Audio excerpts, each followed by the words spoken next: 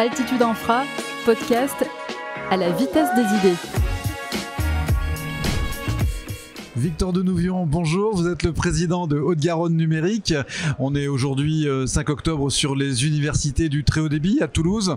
Vous jouez à domicile, d'autant plus qu'on est sur votre stand Haute-Garonne Numérique que vous partagez avec votre délégataire Altitude Infra qui a mis en place spécialement pour cet événement ce podcast à la vitesse des idées. Première question, Victor Denouvion, la plupart des Français savent pas trop qui leur amène le très haut débit. Alors en Haute-Garonne, qui amène le très haut débit aux habitants ? C'est vrai que c'est une vraie question. C'est pas toujours facile d'expliquer la différence entre les différents opérateurs et Haute-Garonne Numérique. En métropole, en tout cas, en Haute-Garonne, sur la métropole, c'est les opérateurs classiques SFR, Orange qui déploient la fibre optique. Et dans le reste du territoire, donc qu'on soit en zone rurale, périurbaine ou de montagne, puisqu'on a la montagne en Garonne, eh bien c'est le choix du département d'amener la fibre partout, la fibre optique partout sur le territoire pour répondre à une fracture numérique qu'on voit aujourd'hui. Alors il y a encore des zones, ce qu'on appelle les zones blanches, où des personnes ont Internet grâce à leur abonnement 4G. L'objectif, c'était vraiment de permettre de réduire, de faire disparaître ces disparités territoriales et de permettre la fibre optique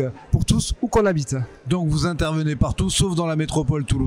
Exactement. On l'a bien compris, vous privilégiez les ruraux. Alors, et les montagnards pas toujours la même chose, hein, ils se reconnaissent pas toujours les uns avec les autres. Vous en êtes où ? Est-ce que les habitants se précipitent pour s'abonner ? Et première question, vous en êtes où du déploiement ? On arrive à la fin, parce que c'est un plan qu'on a lancé en 2018.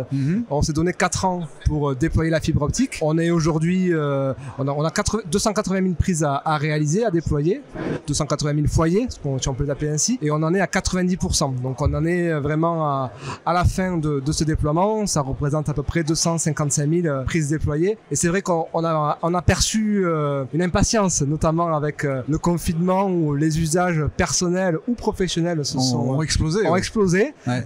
Et ont perduré, surtout. C'est important à le souligner avec le télétravail qui est devenu aujourd'hui un outil vraiment de travail, tout simplement.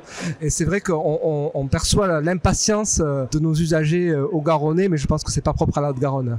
Et les maires, j'imagine, eux aussi sont impatients et ils ne manquent pas de l'exprimer. Après, les maires sont les élus en première ligne, donc c'est eux qui sont les porte-parole de l'impatience de leurs usagers. Et puis on le voit à travers le taux d'abonnement. C'est quand même un indicateur important, puisque on est déjà à presque un foyer sur 2 éligible à la fibre optique qui a pris un abonnement. Donc c'est un des meilleurs taux de France, et c'est significatif vraiment de la volonté, tout simplement, d'avoir la fibre chez soi. Oui, parce qu'on parle souvent de prise raccordable d'un côté et raccordée de l'autre. Qu'on soit bien précis, une prise raccordée, c'est quand le foyer a pris un abonnement. Exactement. C'est vraiment la distinction. Et donc là, on arrive au bout de la chaîne, et là, il y a un vrai service. Un service ou un usage. Aujourd'hui, on déploie, c'est bien, mais c'est pas forcément pour favoriser le business d'Amazon ou de Netflix. Quel rôle vous imaginez jouer, vous, Haute-Garonne Numérique, demain, dans la construction, l'élaboration des usages numériques des gens qui sont sur les territoires? Complètement. C'est vrai que là, on arrive au bout du déploiement, et cette question-là des usages, elle se pose. Parce qu'une fois qu'on a le très haut débit, derrière, qu'est-ce qu'on en fait? Alors bien sûr, il y a les usages personnels, les usages professionnels. Puis, on est sollicité, nous, sur les territoires, notamment sur les communes et les intercommunalités, sur des projets d'interconnexion, des projets d'inclusion. C'est la compétence du conseil départemental d'inclusion numérique. Aujourd'hui, on a les démarches qui sont quasiment toutes dématérialisées, les démarches administratives. Tout à fait. C'est pas forcément évident, pas que pour le public âgé d'ailleurs. Les jeunes, c'est la même chose. Autant ils savent utiliser TikTok et Instagram, autant faire des démarches et vraiment s'approprier l'outil du numérique, c'est pas évident. Donc d'ailleurs, c'est pour ça qu'on agit dès le collège sur ces questions-là. D'accord. On essaie vraiment d'œuvrer pour accompagner les usages numériques vertueux, si je peux les appeler comme ça. C'est un vrai défi. Et puis derrière, ça pose d'autres questions qui sont peut-être moins audibles aujourd'hui. Je pense notamment à l'empreinte environnementale que laisse le numérique. On prend l'exemple d'un mail qui est conservé sur sa boîte mail ou qui est transféré, un mail très lourd. Ça va consommer de l'énergie, ça va polluer. Alors, pas comme un avion, mais ça pollue quand même. On estime qu'aujourd'hui, effectivement, le numérique pèse 10% de la consommation mondiale d'électricité. Ouais. Exactement. Et c'est vrai qu'après, il y a des réflexes aussi, tout simplement. Poser un ordinateur sur une couverture et poser un ordinateur sur une surface plate, ça a un impact sur la consommation d'énergie. Mais c'est des petits détails comme ça sur lesquels on n'imagine pas forcément aller et sur lesquels on pense pas forcément, mais qui sont aussi importants à avoir en tête.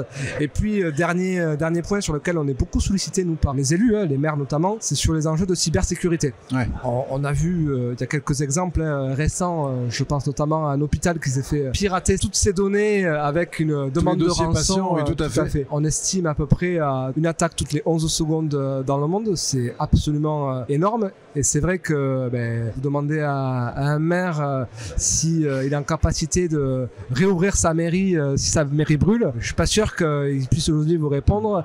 Et voilà, c'est aussi ces questions-là de stockage de la donnée, de sécurité de la donnée, sur lesquelles il nous faut aller. Et je vais l'avouer, on n'a pas aujourd'hui les réponses suffisantes compte tenu de l'évolution très rapide de ces questions-là sur la table. Ouais. Mais vous êtes déterminé, Haute-Garonne Numérique, le SMO, à inscrire ça dans votre feuille de route, cet accompagnement au développement des usages, à la cybersécurité, à l'inclusion numérique, ça fait partie de votre feuille de route? Ça fait partie de la feuille de route, c'est vraiment notre rôle. Après, c'est la loi qui le définit, le conseil départemental a la compétence en matière d'inclusion. Donc indirectement d'inclusion numérique, et Haute-Garonne Numérique, le syndicat mixte qui déploie la fibre optique, a la compétence pour accompagner les collectivités sur les projets du numérique. Donc tout ce qui est, on en parlait, la donnée, les interconnexions, tous ces sujets-là, donc ils sont nombreux à mettre en place. C'est ambitieux, mais il faut y aller, il ne faut pas louper le train, ça serait regrettable pour la Haute-Garonne. Parce qu'il part maintenant. Il part maintenant, il est déjà parti même.